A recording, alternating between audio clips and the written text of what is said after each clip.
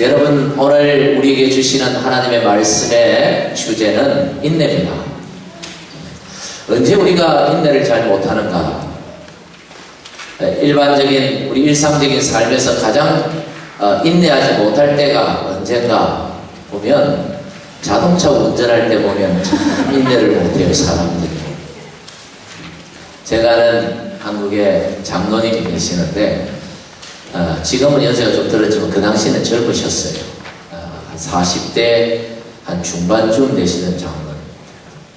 뭐 이렇게 굉장히 좀 젊은 나이에 비해서 굉장히 온화하시고 굉장히 점잖으시고 그런 거리도 아주 천천히 고개도 항상 빳빳이 들고 걷는 게 아니라 항상 고개를 숙이고 걷고 굉장히 온유하시고 따뜻하시고 또 대학 부산에 있는 대학의 교수님이고 뭐 이렇게 뭐 전체적으로 모든 게 아주 점잖은 분이에요.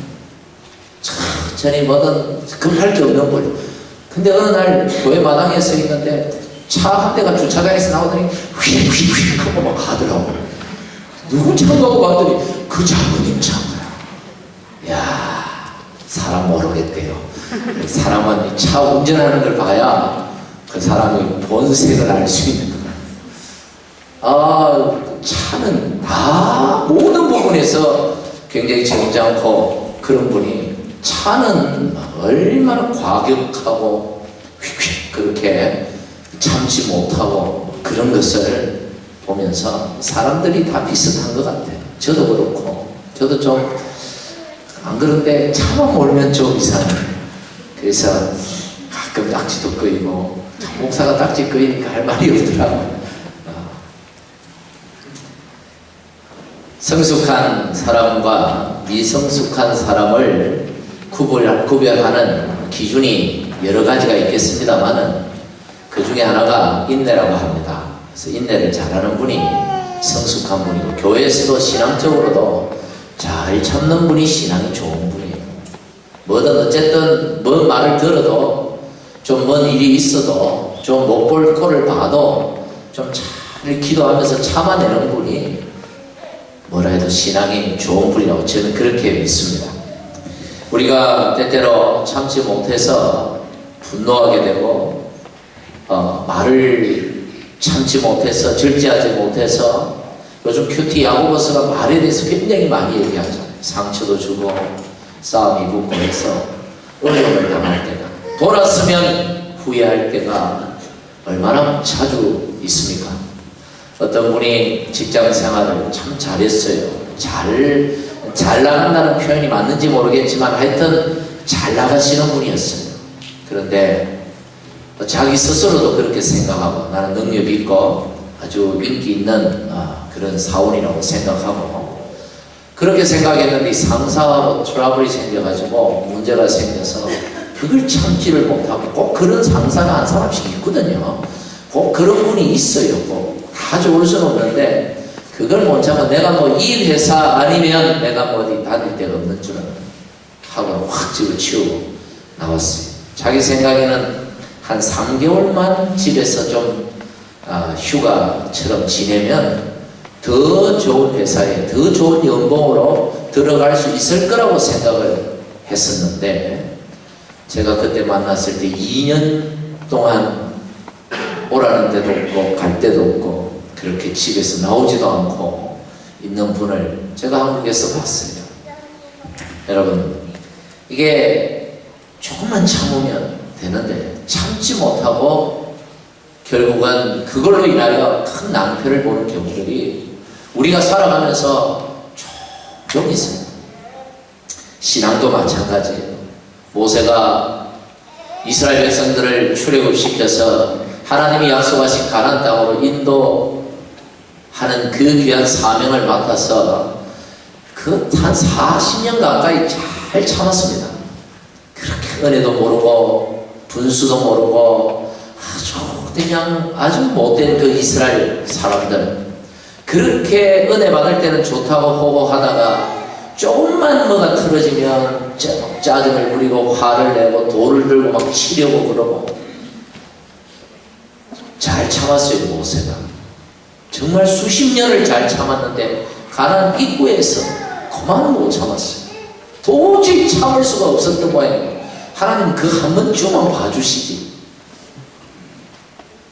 물을 달라고 목말라 죽겠다고 그렇게 외치는 그 이스라엘 사람들 보고 화가 났습니다. 하나님은 그냥 반석을 명하여 물을 내라 그렇게 점잖게 말씀하셨는데 모세는 도저히 참을 수가 없어서 분노를 터뜨렸습니다.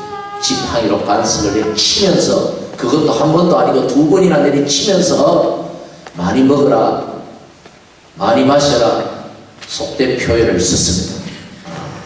무슨 뜻인지 아시겠죠? 차마 이 자리에서 할 수 없는 그런 말을 내뱉어버렸어요. 성경에는 없습니다만 제가 성경을 가만히 보니까 충분히 그러고도 남을 것 같아요. 그 상황이. 결국 그 일로 인하여서 분노를 참지 못하고 하나님의 영광을 가리고 지도자로서 사명자로서 결코 보이지 말아야 될 그런 모습을 보여서 가나안 땅 입구까지 그토록 사모했던 40년이나 그 가나안 땅 하나만 바라보고 달려왔던 그 모든 꿈이 다 무너져 말았다. 아브라함은 어떻습니까? 내가 네게 지시할 땅으로 가라. 그러면 자식 주고 땅 주고 복 주겠다. 이 약속 믿고 철떡같이 믿고 가나안 땅에 왔거든. 지금의 팔레스타인 그 지금의 이스라엘 땅 그 땅에 도착을 했습니다. 하나님이 아들을 주겠지. 믿음이 약해질 때마다 하나님이 나타나셔서 저 하늘의 별을 봐라. 저 별과 같이 저 바닷가의 모래알을 봐라. 저 모래알같이 이 땅의 티끌처럼 네 자손이 많아질 것이다. 그렇게 계속해서 아브라함을 위로하셨거든. 하나님 한 10년쯤 기다리면 하나님이 주실 줄 알았어요. 10년쯤 기다리면 주실 줄 알았는데 창세기 15장이 아브라함이 가나안 땅에 도착한 지 10년이 끝나는 해입니다. 안 주셨어요. 그리고 창세기 16장 넘어가면 누구를 놓습니까? 부부가 모의를 해가지고 하나님 기다려봤자 소망이 없다. 또는 하나님이 혹시 아느냐 이 방법으로 자식을 주실지. 그래서 여종을 아브라함에게 줘가지고 거기서 아들을 낳았는데 그가 이스마엘이에요. 이스마엘의 후손이 지금 아랍 자손들 아닙니까? 지금까지도 그 잘못된 선택으로 말미암아서 4000년이 지난 지금까지도 얼마나 치고받고 세상을 우리까지도 피곤하게 만들어요. 아브라함 때문에. 사람들이 좀 그래요. 하나님 5년만 기다리겠습니다. 이민 올 때 좀 그런 생각을 가지고 오시죠. 5년만 지나면 영주권도 받고 직장도 구하고 좀 삶이 안정되지 않을까. 5년은 그냥 10년이 지났는데도 답이 안 올 때가 있거든요. 답답하죠? 하나님 어떻게 이럴 수 있습니까? 자기가 다 정해놓고 자기가 다 결정하고 기간도 자기가 정해요. 10년. 어디 하나님이 10년 뒤에 준다는 얘기 없습니다. 성경에. 아브라함이 10년도 자기 계산이었습니다. 그런데 10년 동안 안 주니까 10년을 기다려도 안 주니까 하나님은 약속을 지키지 않는다. 자기가 판단하는 거예요. 하나님은 가만히 계시는데 지 혼자 그냥 기간도 정하고 지 혼자 결론도 내리고 또 하나 합리화를 시키죠. 이게 하나님의 뜻일 거예요. 이 방법이 하나님이 바라시는 방법일지 않느냐. 이렇게 합리화를 시켜서 자기 계획을 하나님과는 상관없이 만들어가는 그런 삶을 우리가 살아갈 때가 얼마나 많은지 몰라요.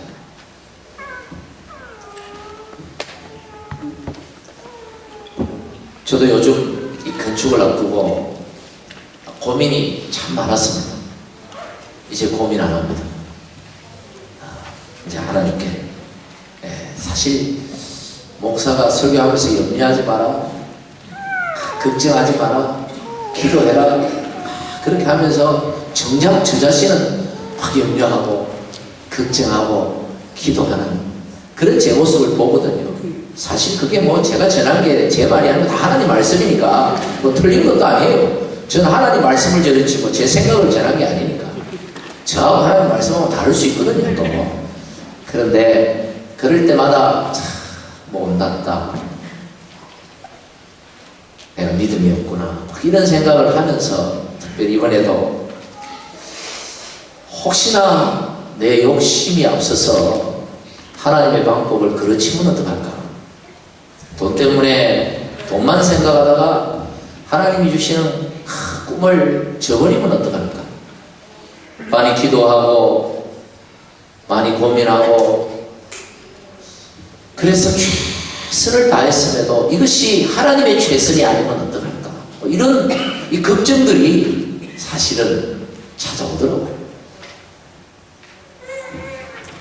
그렇게 고민하면서 오늘 공동회의를 준비하면서 설교 말씀을 다 준비하는데 오늘 설교가 뭐요? 인내하라. 뭐야 이거?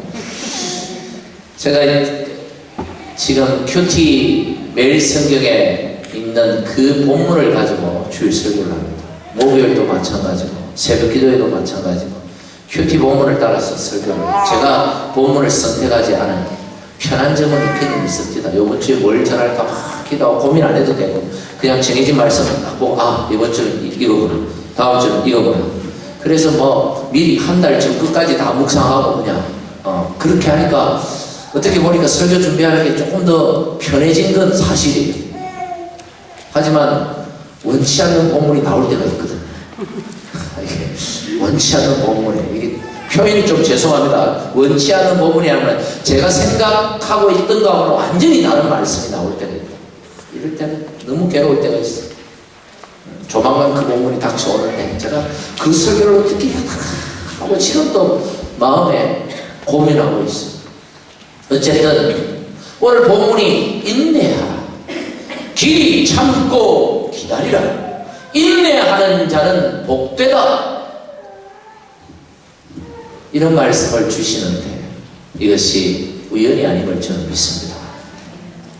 우리에게 조급함을, 우리의 생각과 우리의 욕심이 아니라 더 하나님의 뜻을 바라고 기다리라는 하나님의 사인이구나 하는 것을 저는 이 말씀을 준비하면서 다시 한번 깨닫게 되었습니다.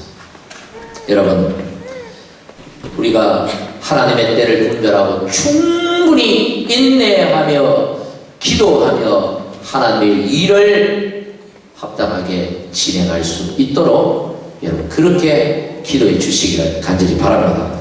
그러면 우리가 언제 인내해야 하는가? 어떨 때 우리가 인내해야 하는가? 세 가지 정도만 말씀을 드리고자 합니다. 한번 따라하겠습니다. 첫째, 따라하는 겁니다. 첫째, 환경을 내 마음대로 다스릴 수 없을 때.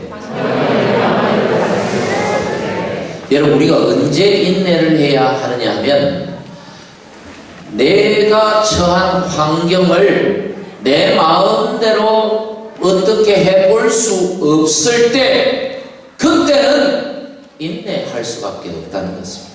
인내하는 게 정답이라는 거예요. 오늘 본문 7절 말씀을 보십시오. 우리 같이 한번 읽겠습니다. 시작. 그러므로 형제들아, 주께서 강림하시기까지 길이 참으라. 보라, 농부가 땅에서 나는 귀한 열매를 바라고 귀리 참아 이른 비와 늦은 비를 기다리나니.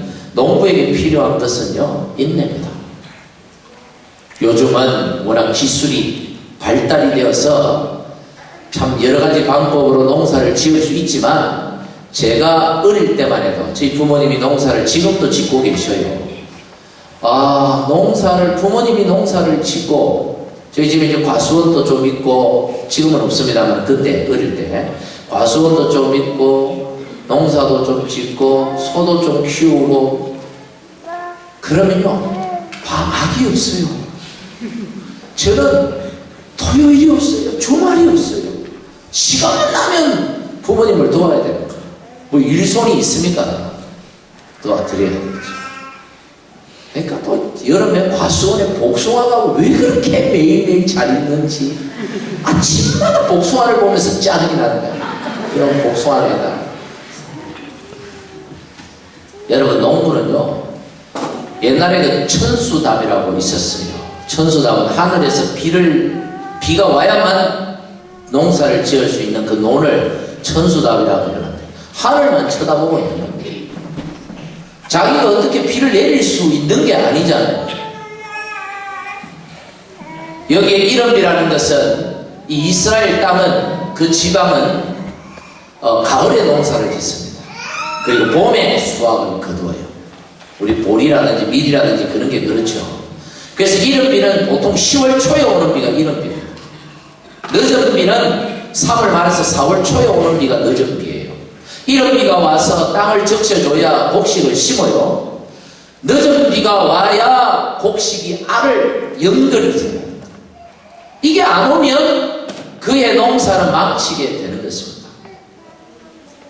농부가 언제쯤 오겠지, 내일은 비가 오겠지, 이번 주에는 비가 오겠지 하고 기다렸는데 비가 안 오는 겁니다. 농부가 화가 났어요. 분노가 치밀어 오릅니다. 와야 될 비가 안 오니까. 그래서 막 집에 있는 막 곡괭이를 들고 막 삽을 들고 가서 막 논둑을 다 무너뜨리고 열받아가지고 이놈 농사 안 지어. 그리고 벽시 준비했던 거 모든 거 막 다 엎어버려. 농사 안 지을 거야. 그러면 굶어 죽습니다. 농부는 그렇게 하지 않습니다. 비가 안 와도 논 밭이 쭉쭉 갈라져도 그냥 바라보면서 그냥 참고 그냥 기다리는 것입니다. 언제까지? 비가 올 때까지. 우리도 그럴 때가 있죠. 내 힘으로 도저히 할 수 없을 때 곡괭이를 들고 삽을 들고 와서 내 인생을 다 망쳐버리는 사람들이 있어요. 다 때리치워버린다 그러고 막 분이 나가지고 안 되니까, 자기 뜻대로 안 되니까 그냥 엎어버리고 부숴버리고 관계 깨버리고 막 할 말 안 할 말 다 해버려서 모든 미천 다 엎어버리는 분들이 있습니다. 절망하고 좌절하고 포기하고. 오늘 농부에게 배우게 돼요.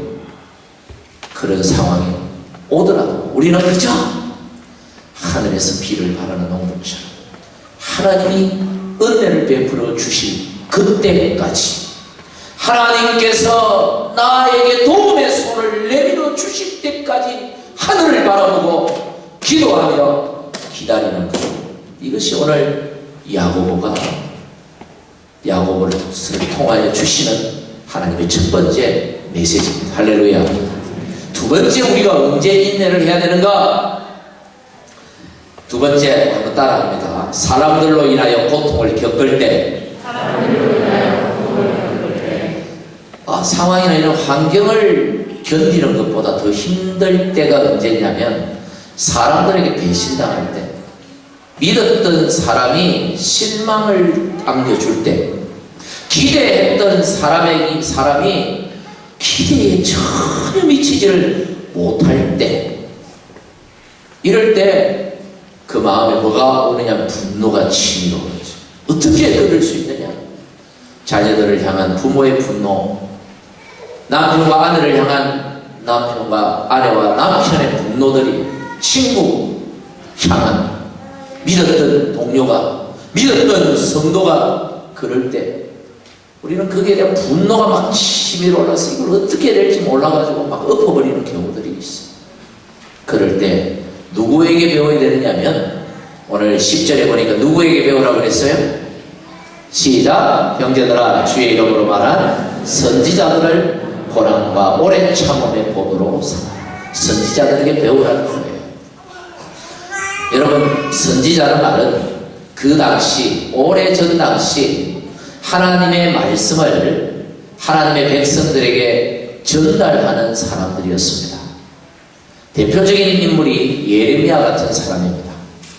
예레미야가 전했던 하나님의 말씀은 유대나라 이 이스라엘 사람들이 하나님을 떠나고 그 마음에 하나님 섬기기를 거부하고 우상을 섬기고 하나님이 싫어하는 죄들을 너무 많이 지어서 하나님이 저 이방나라 바벨론 제국을 통하여 이 유다 나라를 멸망시키겠다 하는 메시지를 전하라는 거예요. 하나님의 계획을, 그런 하나님의 계획을 왕을 찾아가서 전하고 백성의 지도자들을 찾아가서 전하고 백성들을 찾아다니면서 전해라. 여러분, 왕의 입장에서, 백성의 입장에서 듣기 좋겠습니까? 싫겠습니까?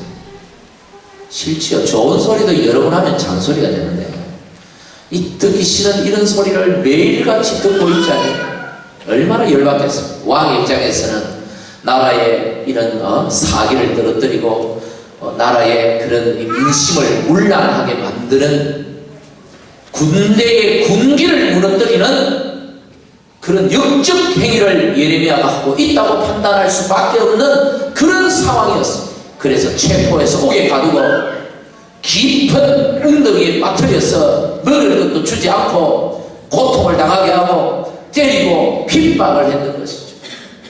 예레미야는 입을 다물어 버렸어요. 이제는 하나님 보셨죠? 보셨죠? 이 사람들 하는 짓 보셨죠? 저는 하나님 말씀 전하지 않겠습니다. 딱 입을 다물었는데 하나님께서 그 마음에 감동을 주시니까 또 그것을 참고 입을 열어서 전하는 예레미야의 모습을 성경은 기록하고 있습니다. 이 예레미야와 같은 이런 선지자들을 보고 인내의 본을 삼으라. 예레미야가 자기 동족이 망하는 게 좋겠습니까? 어떤 심정으로 전했을까요? 그래도 이 말씀을 전하면, 하나님의 말씀을 전하면 회개하겠지. 회개하면 하나님이 용서해 주시겠지. 이런 백성들을 향한 기대를 가지고 말씀을 전하는데 오히려 그들은 회개하기는커녕 자기를 향해서, 자기들 좋으라고 하는 소리인데 자기를 향해서 돌을 들고 핍박을 하니까 분노가 치밀어 오는 거예요. 때때로 사랑하는 사람들에 대한 기대가 무너질 때, 믿었던 사람이 나를 배신하는데 여러분 분노가 일어나요. 어떻게 보면 그것은 정상적인 사람의 감정이다 이렇게 느낄 수 있습니다만은 성경은 뭐라고 가르치느냐면 그럴 때라도 길이 참아야 된다. 분노가 사람을 바꾸지 못한다는 것입니다. 오히려 분노하면 도망쳐버립니다. 아내와 남편이 서로 잘못이 있어서, 한쪽이 잘못이 있어서 한쪽이 분노하면 용서를 구하는 것이 아니라 오히려 도망을 쳐버립니다.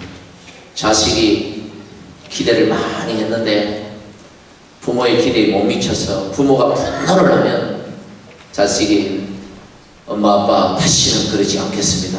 이제부터 착한 아들이 되겠습니다. 참말의 말씀입니다. 마음을 닫아버리고 벌써 마음으로 멀리 벌써 바다 건너 저 태평양 건너 가버렸습니다. 분노로 사람을 바꾸지 못한다는 것입니다. 오히려 그럴 때도 참고 오히려 내가 이 문제 두고 하나님 앞에 기도하리라. 하나님이 해결해 주십시오. 때로는 듣게 얘기해야 됩니다. 그 사람 듣게. 하나님 앞에 다 일려줄 거다. 그러고 하나님 앞에 가서 막 기도한다. 때로는 들리더라고요. 이것도 약간 인간적인 방법 같죠? 여러분, 하나님 앞에 우리가 기도하면서 참아내는 것. 오늘 성경은 사람으로 인하여 고통당할 때 어떻게 하라? 길이 참아라. 선지자들이 참았던 그 본을 삼아 참아라. 믿음의 사람들이 신앙생활하면서 교회를 섬기면서 사람들로 인하여 받는 그런 상처들이 많아요. 이제 사역을 시작했는데 따라주기는커녕 지원해주기는커녕 좀 모여주기라도 좀 하면 좋은데 그렇지 않을 때 앞에서 이끌어가는 사람들의 마음은 너무너무 힘들고 거기에 고통이 따르고 분노가 치밀어 올라요. 제가 그렇다는 게 아닙니다. 여러분, 그럴 때라도 분노가 문제를 해결하지 못합니다. 비판이, 불평이 문제를 해결하지 못한다라고 했죠. 형제들아 서로 원망하지 말라. 9절에 그리하여야 심판을 하라. 원망하지 말라고 그랬습니다. 원망이 문제를 해결하지 못해요. 선지자들처럼 참라. 하나님께서 해결해 주실 것이다. 하나님이 도우실 것이다. 길이 참으라는 말은 참고 가만히 있으라는 말이 아니라 참고 주님 바라보고 하던 대로 쭉 가라는 것입니다. 할렐루야. 마지막으로 우리가 어떨 때 참아야 하는가 따라합니다. 알 수 없는 고난 중에 있을 때,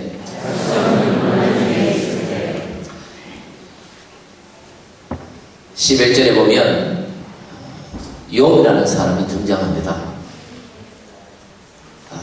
대부분의 분들이 욥이 어떤 사람인지는 알고 계실 줄 압니다만 오늘 또 처음 듣는 분들도 있을 수 있으니까. 욥이 참 부자였는데 하루아침에 재산 도둑맞고 강도 때에 재산 다 뺏기고 하루아침에 10자식이 집이 무너져서 다 죽어버리고 몸에 병이 생겨가지고 종기가 생겨가지고 침대도 못 눕고 제비에 누워서 사기 조각으로 몸을 긁어야만 할 만한 고통 속에서 마누라까지 와서 그렇게 하나님 잘 믿더니 이게 무슨 꼴이냐, 하나님 저주하고 차라리 죽으시오 하고는 와이프마저도 자기를 버려버립니다. 이런 처참한 상황에 빠져 있었습니다. 그런데 이런 고통보다 더 큰 고통이 욥에게 하나가 있었는데 그게 뭐냐면 도대체 왜 내가 이런 일을 당해야 되는지에 대한 누구도 답을 주지 않는다는 것입니다. 미치겠죠. 답답해서. 아니 내가 죄를 지어서 그렇다면 죄의 대가다. 그럼 인과응보니까 내가 당해야겠지 하고 참을 수 있겠는데 내가 뭔가 선택을 잘못해서 내 실수로 말미암아 그런 일이 왔다면 내 책임이니까 어떻게든 견뎌보겠는데 이거는 도대체 내 죄도 아니고 실수도 아니고 도대체 무엇 때문에 내한테 이런 고통이 찾아왔는지 아무리 생각하고 기도해도 하나님은 묵묵부답 아무런 대답을 주시지 않으니 참 답답하고 미칠 지경이 아닐 수가 없었던 거죠.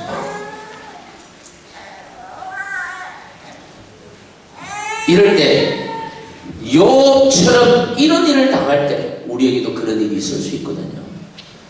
아니 하나님 내가 도대체 뭘 잘못했습니까? 하나님 도대체 제가 뭘 잘못했습니까? 아니 하나님 도대체 왜 우리만 이렇습니까? 왜 우리 가족만 이렇습니까? 왜 나만 이렇습니까? 하나님 참 아무런 답을 주시지 않아요. 참 답답할 때 어떻게 하라고요? 어떻게 하라고요? 욥의 인내를 기억하라는 것입니다. 욥처럼 참으라는 것.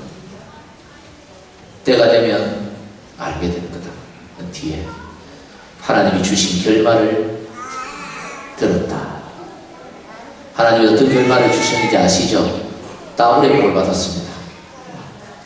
따블의 복. 전보다 배나 하나님이 복을 주셨더라. 그 기간이 끝나고 그 상황이 종료되고 난 다음에 그가 참지 못했으면 못 받아 누렸겠죠. 고생만 하다가 끝나버렸겠죠. 인내로 인하여 하나님의 복을 누렸다. 이렇게 성경이 기록해요. 그 과정은 자세하게 설명하고 있지 않지만 그 결과를 그렇게 기록해요.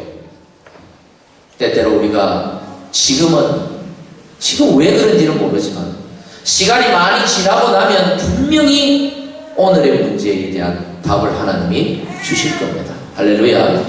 지금 말해봤자 우리가 깨닫지 못할 거니까 하나님이 아마 말씀하지 않는 것 같아요. 그러나 시간이 한참 지나고 나면 알 겁니다. 어린애가 자꾸 질문을 해요. 엄마한테. 엄마 이건 뭐야? 설명을 해줍니다. 지나고 나면 또 똑같은 소리를 엄마 이건 뭐야? 설명을 합니다. 자기가 배운 지식을 가지고 막 애가 뭐 알아듣습니까? 아이는 습관적으로 질문하는 거거든요. 몰라서 질문하는 게 아니고, 엄마 이건 뭐야? 이건 뭐야? 이거 왜 이래야 돼? 자꾸 질문해. 그러니까 계속 답을 하면 애는 계속 물어요. 인내하면서 끝까지 답을 해 주시기를 바랍니다. 엄마들 다 인내 못하죠. 됐다 그만. 한 번만 그러면 아이가 잘못한 것도 없는데 막 아이 협박하고 그렇게. 아이한테 아무리 설명해본들 몰라요. 왜? 지금은 때가 아니기 때문에 그래요. 그러나 자라면, 성장하면 다 이해할 겁니다. 우리도 지금은 때가 아니기에 하나님은 우리에게 우리가 당하는 이 알 수 없는 고통에 대한 답을 주시지 않지만, 시간이 지나고 우리가 기도의 분량을 채우고 나면 하나님 분명히 가르쳐 주실 것이고, 인내, 그때까지 참고 인내하는 자에게 하나님 분명히 욥의 복을 주실 줄 믿습니다. 할렐루야. 여러분, 왜 우리가 이렇게 인내해야 될까요? 하나님이 살아계시기 때문입니다. 할렐루야. 하나님이 살아계시기 때문에. 욥이 고통 중에 있었지만 하나님이 계시지 않았다면 그 고통으로 끝났겠지만, 하나님이 살아계시기에 욥을 회복시켜 주시고 욥을 더 복되게 하실 줄 믿습니다. 우리의 하나님, 여러분의 하나님은 오늘도 살아계십니다. 우리의 기도를 들으십니다. 우리의 고난을 보고 계십니다. 모른 척 하시는 분이 아니에요. 좀 더 우리가 인내하기를 기다리고 계실 분입니다. 마지막 절에 우리 같이 같이 읽습니다. 시작. 주는 가장 자비하시고 긍휼히 여기시는 이시여. 무슨 표현이냐면, 자식이 참 못난 자식이 참 속도 썩이고 고집 부리다가 맨날 실패하고 실수. 그럴 때 부모의 심령 어떻게 꽃이 되냐고. 아니면 실컷 해봐야 된다. 이러고 내버려 두는 부모가 있습니까? 그런 마음이 들다가도 내 자식이니까 또 일으켜주고 또 도와주고 또 격려해주고. 부모가 안 해주면 누가 해줍니까? 자식한테. 부모도 안 해주는 격려를 다른 사람이 해줄 것이다. 천만의 말씀. 이 표현이 바로 주는 가장 자비하시고 긍휼히 여기시는 것이라는 표현이에요.